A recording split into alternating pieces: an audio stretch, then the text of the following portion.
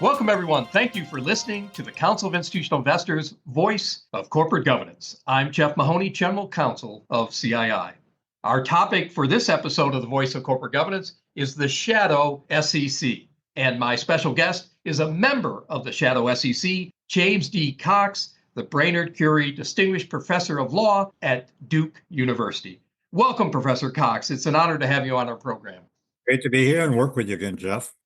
Professor, on December 16th of 2024, you were one of 6 law professors that announced the formation of the Shadow SEC. So what is the Shadow SEC? Who are its members? And why was it formed? The Shadow SEC is a group of 5, just exactly the same number as the SEC commissioners are 5, academics. I think we figured out the other day that we have a little over 200 years of research and teaching experience among the 5 of us. And I'm proud to claim about 1/4 of that teaching experience. As a matter of fact, I've been an academic for 50 years and writing about securities regulatory issues. And so we're self-appointed, that's to be sure. Our members are the following. There's the 2 lead members, that is the people who really formed the idea, is John Coffey at Columbia Law School and Joel Seligman, formerly president of Rochester University, now a member of the faculty at Washington University. Joel is the one who wrote the really great classic historical study about the SEC over its life called The Transformation of Wall Street, and talked about how that institution is an important part in the financial strength and growth of America over the last 90 years. Other members are John Coates, who's a chair professor at Harvard, Merritt Fox, also of Columbia, and Jill Fish, who's at the University of Pennsylvania. The 5 of us are all, to say we're well-established scholars in the securities regulatory issue is probably a masterpiece of an understatement. We're the graybeards kind of the field, but nonetheless a humble group and a pretty diverse group. I wouldn't say that we're all, I think the center of gravity is pretty much around the center of regulatory issues. Professor, on April 9th, the United States Senate voted 52-44 to confirm Paul Atkins as the next chair of the Securities and Exchange Commission. In the Shadow SEC's initial statement on December 16th, you also backed Mr. Atkins as the next chair of the SEC, stating, quote, "We recognize that he has the requisite experience, knowledge, and intelligence for the position. We reserve the right to disagree with policies that he may propose," unquote. Professor, at the March 27th U.S. Senate Committee on Banking, Housing, and Urban Affairs nomination hearing for Mr. Atkins, ranking member Senator Elizabeth Warren of Massachusetts accused Mr. Atkins, who was an SEC commissioner from 2002 to 2008, of downplaying risks in the markets before the 2008 financial crisis. In an April 3rd press release, ranking member Warren indicated that Mr. Atkins' answers to her questions demonstrate his poor judgment in the lead up to the 2008 financial crisis. So, Professor, we all, of course, hope that the U.S. markets do not have a financial crisis in the next 5 years. But if we do, are you comfortable with a Chair Atkins-led SEC during a financial crisis? I'll say this much in favor of saying, yes, I am comfortable with that. And that is that the Paul Atkins I knew when he was a commissioner was an individual that you could have a fact-based, intelligent conversation. And at the end of the conversation, you would then disagree, perhaps, on your political bent. And part of that political bent is just your attitude to the role of government, whether we should just defer to Adam Smith's invisible hand for allocating resources, or do we admit that there's a risk, and then we could disagree about the degree of the risk, that markets fail from time to time. Okay, they're not perfect, and they need guardrails to be able to channel investor trading in ways that's going to be meaningful, make meaningful allocations of resources, and allow investors to make informed judgments about what's the right price of an asset. So while at one level I appreciate Paul Atkins' familiarity with what I would call the plumbing of securities markets, which cover a variety of financial products, I applaud that, and that he's historically has been a good listener. What I don't know is whether in the intervening 10 years or so in which he has been in private practice, his own consulting business, whether he perhaps might have accumulated a little bit of a jaded view about the role of regulators. What I would remind him, and I think the purpose of the Shadow Commission is to be a voice here, is to remind him that markets do fail and individuals do try to take advantage of markets. And then markets are deeply characterized by the information asymmetries that exist among traders. And there's something to be said for making the things a little bit more level and less able to be manipulated, particularly in products that are financially engineered, in which the knowledge is peculiarly within the promoter. And that's our role. And the matter I would say is that historically, and I want to emphasize that with a capital H, and I underscore it, historically, the regulation of financial markets has been a nonpartisan issue because everybody understood, particularly if you're trading stocks or you're trading bonds, that the individual on the wrong side of a trade can be as equally likely to be a Republican as a Democrat. That we all benefit. This is a public good. And we all benefit from this public good and nurturing this public good and protecting this public good of our markets, which are second to none in the world. And we don't want to give that up at all. So the reason for the shadow SEC is just to remind the Commission of the need for guardrails to make sure that the forces of supply and demand, regardless of what the financial product, are not impacted by, for example, acute information asymmetries, by manipulation, okay, to protect everybody. Because once you lose that credibility in the markets, we lose our place in the world as the deepest and most secure financial markets.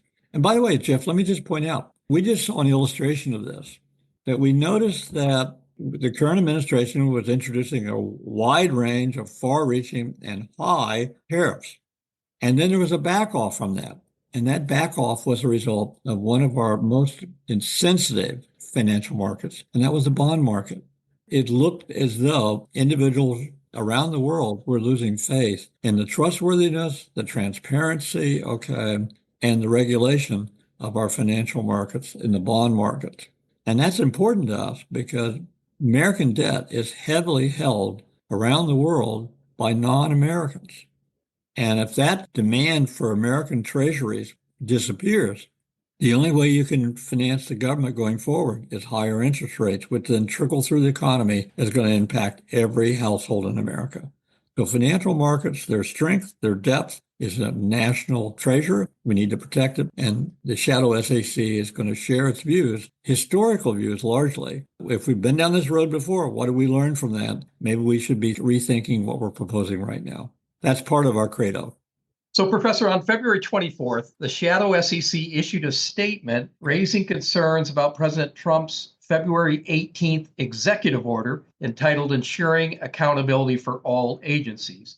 Your statement indicates that the executive order may be an attempt by the White House to destroy the independence of the SEC. So can you explain to our listeners how the executive order might destroy the independence of the SEC?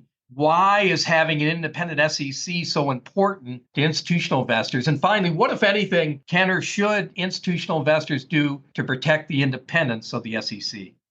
Financial institutions have a huge, but latent political power because they control so much of the security of the future for Americans.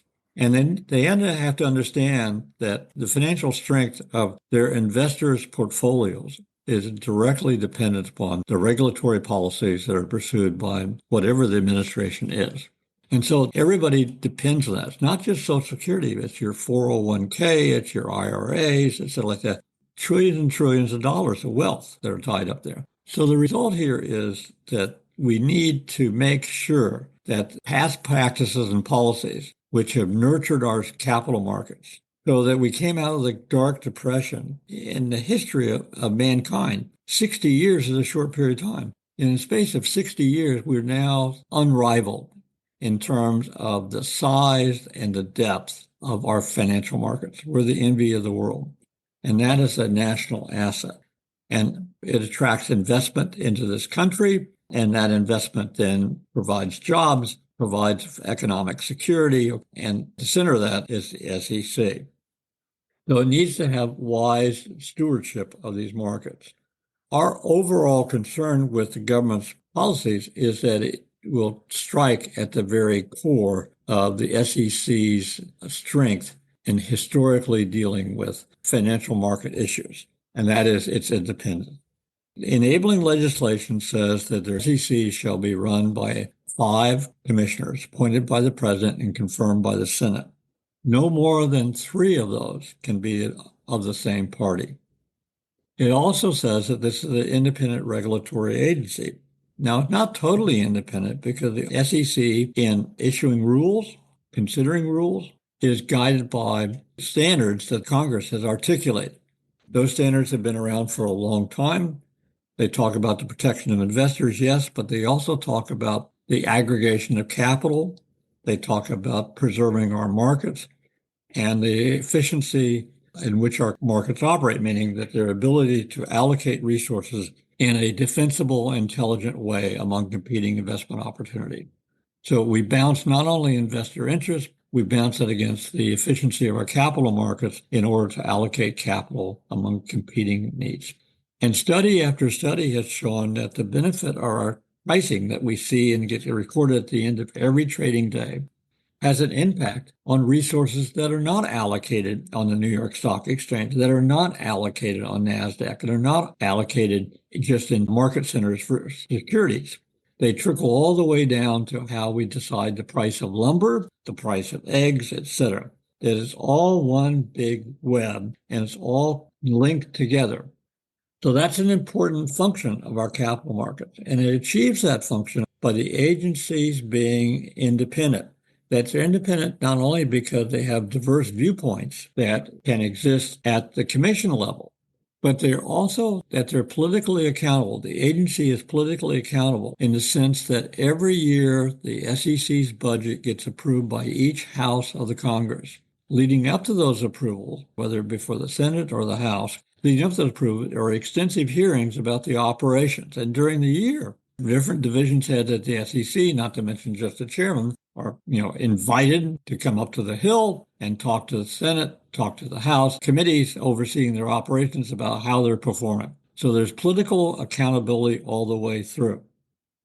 What the president's directive said is that rules of the SEC would be subject to review by individuals in the Office of Management and Budget, staffers, before they became operative. But more importantly, if you read the president's edict, they're saying that that same office has the ability to say, well, gee, these rules that have been in approval and in operation for a while can be reviewed by the Office of Management and Budget and changed. So that introduces a high degree of uncertainty about rulemaking going forward. Part of my life, I was a member of a commission. And, we knew that businesses anticipate regulation and start changing before it even gets into effect. We have this long process for gestation period for rules that go from proposal to comment and then maybe sometimes another proposal. And so industry can start gearing up for what the new practices are going to be. And suddenly you have an edict here where we're not going to know exactly when a rule is going to go into effect, even though it's been approved by the commission, because it could be struck down by some technician in the Office of Management and Budget, a division of the executive wing, soon after it was proposed, long after it was proposed or adopted, whatever it is like that. So it introduces a lot of uncertainty. And all of that happens in a realm that's not very transparent. So the great thing about the Administrative Procedure Act, which applies to the SEC and other regulatory agencies, is there's this opportunity for one, the agency has to propose a rule, have comments filed with it. The agency is then expected to respond to those comments, and sometimes they're reproposed. Frequently they are. So there's lots of input there, lots of buy-in in the process. The agency does its job. And if the agency doesn't do its job very well, then we go back to this political accountability by being requested to come up to the Hill and talk to the governing Senate committee or the governing House committee or both about what their rulemaking is. And one final thing I'll say is that I used to teach a class that looked about the administrative structure of agencies. And I've discovered in doing that there's a whole literature out there of academics that have made a history of studying the life cycle of government agencies. And the variable that leaps off the page is that the agencies that are collaborative in nature, for example, that they have party bouncing, no more than three of the same party can be commissioners at the same time, such as the SEC, they survive. The agencies without party bouncing do not have built into them a collaborative culture, do not survive. And so the SEC has the benefit of not only a lofty reputation, well-deserved reputation if we look at the results, but the consequence of this is that it's stability. And so that's something we don't want to mess around with. And part of that stability, by the way, is diversity within the staff. That is diversity of viewpoints. You have it much better to have these discussions within the agency, not just at the commission level, but at the various operative levels about whether to charge somebody with a violation, what to charge them with, etc. These discussions go on. It's got a terrific culture. It's a highly collaborative culture. And there's something to be said for the old saying, two heads are better than one.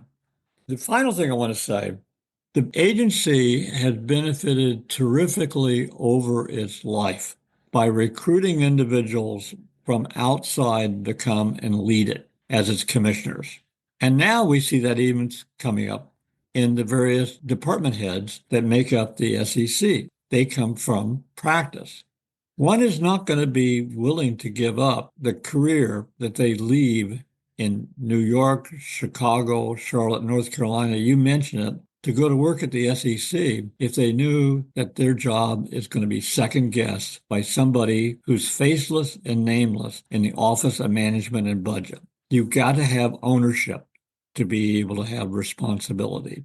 And so the SEC's culture has established over its lifetime a culture of ownership, decision making, so we can get individuals to come in and return or go into public service as either the chairman of the commission, as one of the commissioners, as one of the division heads, or as assistant division heads, or a branch head, to make their contribution to the public good by serving their country at the SEC. The Trump proclamation ignores all of that. Professor, on March 13th, the shadow SEC issued a statement raising concerns about budget cuts and mandated staff reductions at the SEC. Your statement concludes, quote, the upside of the proposed cuts is negligible and the downside is catastrophic. To our minds, no rational decision maker would accept such a gamble where it can win little and lose much, unquote.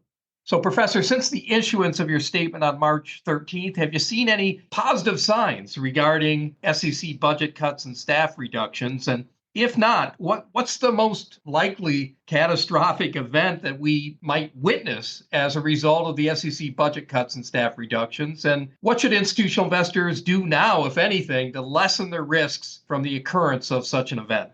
The institutional investors should join the voices that are saying that, look, we need to always be thinking about right sizing every one of our regulatory agencies. We've known for some time that as the number of financial products in our capital markets have exploded, there are many, for example, there are many more mutual funds than there are operating corporations. And that mutual funds are a financial product and they've exploded. With this explosion, we've not seen a comparable increase in the staff. What we have noticed historically is that preceding one of the crashes that causes a public stir, crashes in our capital markets that cause a public stir or public reaction, have always been preceded by a noticeable decline in the number of overall employees of the SEC. It may not be known, but the number of employees at the SEC today is much smaller than they were at the end of World War II. It's a much smaller agent. And a lot of that can be explained about the power of the computer chip. That's to be sure. But nonetheless, even before the computer came into age, we would still find that the agency had a staff that rivals in size what it is today before we had computerization to simplify a lot of the tasks and downsize it. Our capital markets are not only deeper in monetary terms, but they're also, when you just look at the sheer number of financial products and actors and regulators, et cetera, I think we figured out that roughly that for every employee of the SEC, there's like a little over 700 entities that file documents with the SEC that need to be attended to. I mean, that's two a day if you work 365 days a year for the employees. And then the other thing I want to point out is the SEC is a profit center of the United States government. That for every dollar that Congress appropriates for the regulation of our capital markets, it gets back about almost $2.50 in filing fees, et cetera. So, the SEC is a profit maker. It does its bit to contribute to managing the spiraling deficit. And it's not an area where you're going to think about that you're going to score really big savings by cutting its staff, particularly when its staff is really pretty thin. Also, as we enter an era of increasing financial intermediation, that is, you have the operating asset, and then you have the brilliant minds on Wall Street creating financial products that can figure out how to slice and dice return and risk for these financial products and then market them to the body politic, to the people. And those become more prevalent than the operating units that produce these revenues, that we need much more attention being given to inspections and review of these agencies. And in fact, over time, there's been less review. So in my own lifetime, if we look at what happened in the dot-com era, 1999 to 2000 market crash, or we look at the financial crisis in 2008, what we saw in each one of those instances is in the aftermath, whether it be Sarbanes-Oxley, following Sarbanes-Oxley in 2002, the Congress came back and made changes, or after the Dodd-Frank, there's been awareness in the legislative process that there needed to be more cops on the beat in our financial markets. And a substantial augmentation of the budgets occurred after the dot-com era for the SEC, and a substantial augmentation occurred again in the aftermath of the financial crisis, realizing we just didn't have enough surveillance to deter a bad conduct, which then damaged the economy. So we don't want to repeat that, and that's part of our message that we wrote here about this, is that let's be mindful that not be penny wise and pound foolish. And we've been historically pound foolish because we keep seeing that almost like the Cadmean rings of the giant sequoia trees. You can look at the Cadmean rings of American financial history by what the financial crises are, and you can trace that by what we see happening in the appropriations increases that occurred in the SEC after these financial crises. That is, that in periods in which we have a crisis, we then learn that we were penny wise and pound foolish by not staffing the agency at a level that was defensible. And so we had to make up for that, but you never really make up for it. That money that's lost in the financial crises doesn't come back into your pocket again. You, the investor, still suffered that loss, and you would have been better off had it been avoided. That's our message, that let's benefit from history. And we think that with the shadow SEC, given the fact that we now have over 200 years of research and teaching experience on our body of 5 people, that we can share this history and these insights as a voice of caution and awareness about how regulations should go forward. That concludes our podcast episode. On behalf of the Council of Institutional Investors, I want to again thank my special guest, James D. Cox, the Brainerd Curie Distinguished Professor of Law at Duke University. If you have any questions or comments regarding this podcast, please feel free to contact me at Jeff, that's JEFF, at CII.org. Until next time, I'm Jeff Mahoney. Thanks again for listening to the Voice of Corporate Governance.